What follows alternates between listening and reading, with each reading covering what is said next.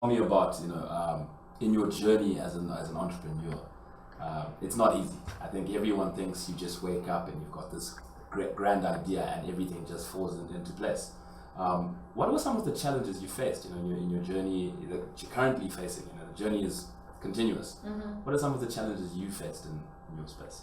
So we recently spoke at an event called Fuck Up Nights in Cape Town, which literally explains where you default in your business.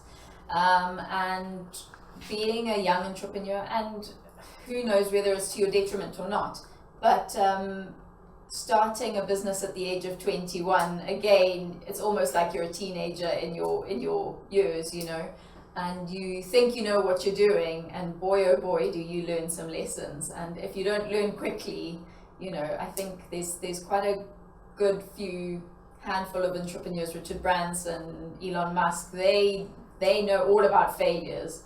And I think if you can carry on being inspired by people like that, then you've just got to keep failing and reproduce, and hopefully you get the winning answer in the end.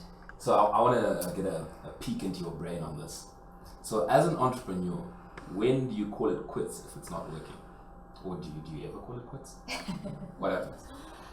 I wouldn't say call it quits. I definitely put a timeline on the things I do, in terms of maybe not quitting the whole business. So Plan My Wedding, when we first started, was very undigitalized. We had a lot of learning to still do. But we set timelines, and realistic timelines, realistic goals. And within those, if we couldn't complete that within the timeline, we had to replan and re-navigate. You set a budget, you set a timeline, and there's a lot of re-navigating, should I say, rather than quitting. Repositioning yourself, repositioning exactly. the business. Yeah. That's a nice way to take it.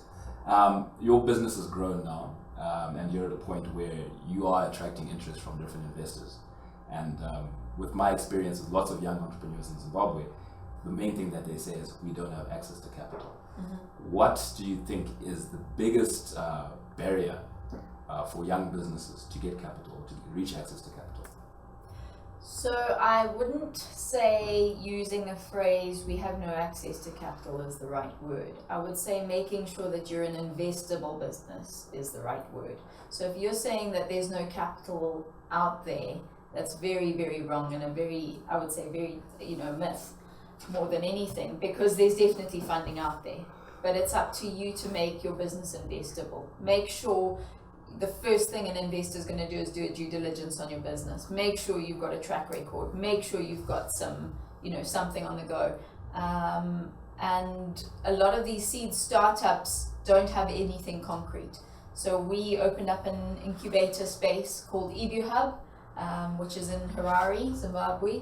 And they incubate entrepreneurs and make sure that you're an investable business for businesses and for startups.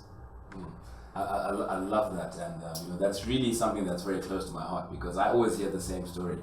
We can't find capital, we can't get access to capital. So these are some of the things that I find very important. But let's touch base. You're in Cape Town. Yeah. Technology in itself, I think globally, Silicon Valley is known as the headquarters of tech. We understand Rwanda is also growing in that space. Yeah. And we want the same here in Zimbabwe. 100%. So, what type of structures do we need in place, or support systems for techpreneurs like yourself to develop an ecosystem, develop an environment, much like Silicon Valley, for us here in Zimbabwe? So I think definitely opening up our eyes to the international space is a really big one. And I can only give advice on what you can do in your individual capacity, because there's a lot of external factors that we can sit and blame, external factors as to why we can't do this, why we can't do that. But maybe just a few pointers is what each individual could do.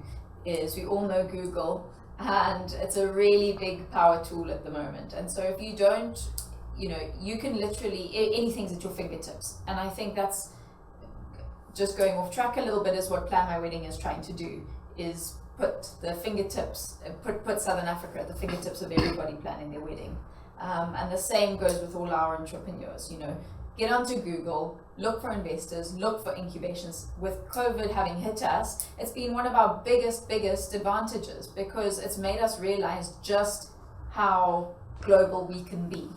And so there's a lot of resources out there. You've got EBU Hub, which you can walk into. There's entrepreneurs there who are willing to help and incubate. There is definitely resources. You've just got to get out there and set your mind to the right goals. There's definitely a lot of resource available.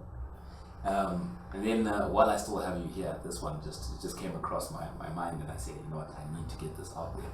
You know, as innovators, as developers of tech, and people who see the space, what discussions are being held around, you know, the adoption of technology, especially like in a place like Zimbabwe, whereby we do have a certain segment of society that's got access to smartphones, 3G, 4G, but then there's also a certain segment of society that's still on USSD. Yeah. They're still using the Mbudzi phone, for lack of a better word. So what conversations are being held, you know, in the tech space among innovators as to how we can include that large percentage of the population actually into this technological revolution?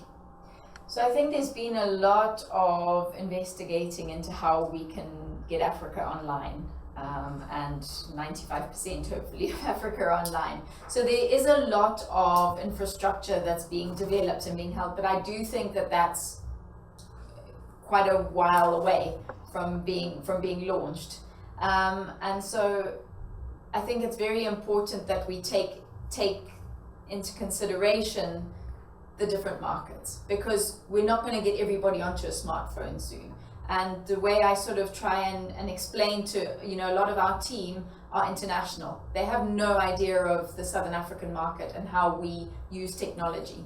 And often I have to explain to them, we use something called the tow bar effect, where we literally have to handhold our users. And even you could even think of it as your entrepreneurs or your young entrepreneurs looking for a mentor, you have to use a tow bar effect. Instead of this elastic band where you're expanding and you're disrupting and you're carrying on ahead, and then all of a sudden it whiplashes you with an elastic band, you have to keep your tow bar at one distance where you're constantly hand holding through the process.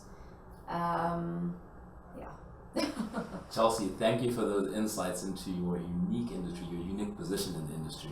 And while I've got you here, before you head out, Charles, where are we going to see you in 5 years?